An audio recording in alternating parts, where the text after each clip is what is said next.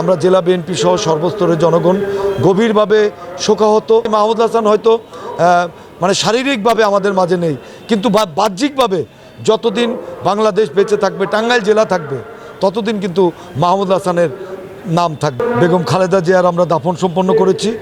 দাফন 3টা 3 মিনিটে, তার 1 ঘন্টা পরেই শুনতে পেলাম যে আমাদের টাঙ্গাইলের নেতা, যিনি টাঙ্গাইল মাটি মানুষের নেতা, দল মত ধর্ম বর্ণ নির্বিশেষে যাকে সবাই ভালোবাসে, সেই মেজর জেনারেল মাহমুদ হাসান, তিনি আমাদের মাঝ থেকে 3টায় বিদায় নিয়েছেন। ইন্না লিল্লাহি ওয়া ইন্না ইলাইহি রাজিউন।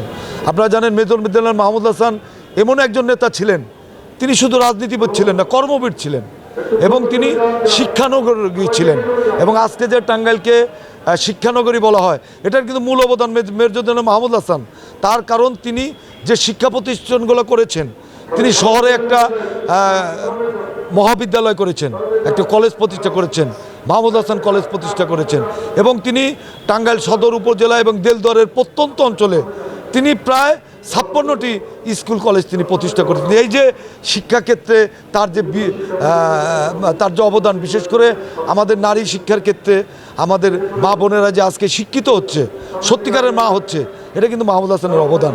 কাজে মাহমুদ হাসান হয়তো মানে শারীরিকভাবে আমাদের মাঝে নেই, কিন্তু বাহ্যিকভাবে যতদিন বাংলাদেশ বেঁচে থাকবে, টাঙ্গাইল জেলা থাকবে, ততদিন কিন্তু মাহমুদ হাসানের নাম থাকবে। এবং মাহমুদ হাসানের মৃত্যুতে আমরা জেলা বিএনপি সহ সর্বস্তরের জনগণ গভীরভাবে শোকাহত।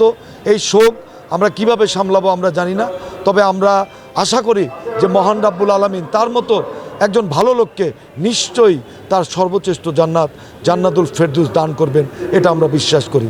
এবং আমি আজকে জেলা বিএনপি সাধারণ সম্পাদক হিসেবে টাঙ্গাইল সদর এলাকার সমস্ত জনগণ সহ সকলের কাছে দোয়া চাচ্ছি, এবং তার যে অসমাপ্ত কাজ আমি এবং আমার দলের মাধ্যমে আগামী দিনে ইনশাল্লাহ বিএনপি ক্ষমতায় আসলে, আমার মনের আশা পূরণ হলে আমি অবশ্যই ইনশাল্লাহ তার যে অসমস্ত কাজগুলো আমি পূরণ করব।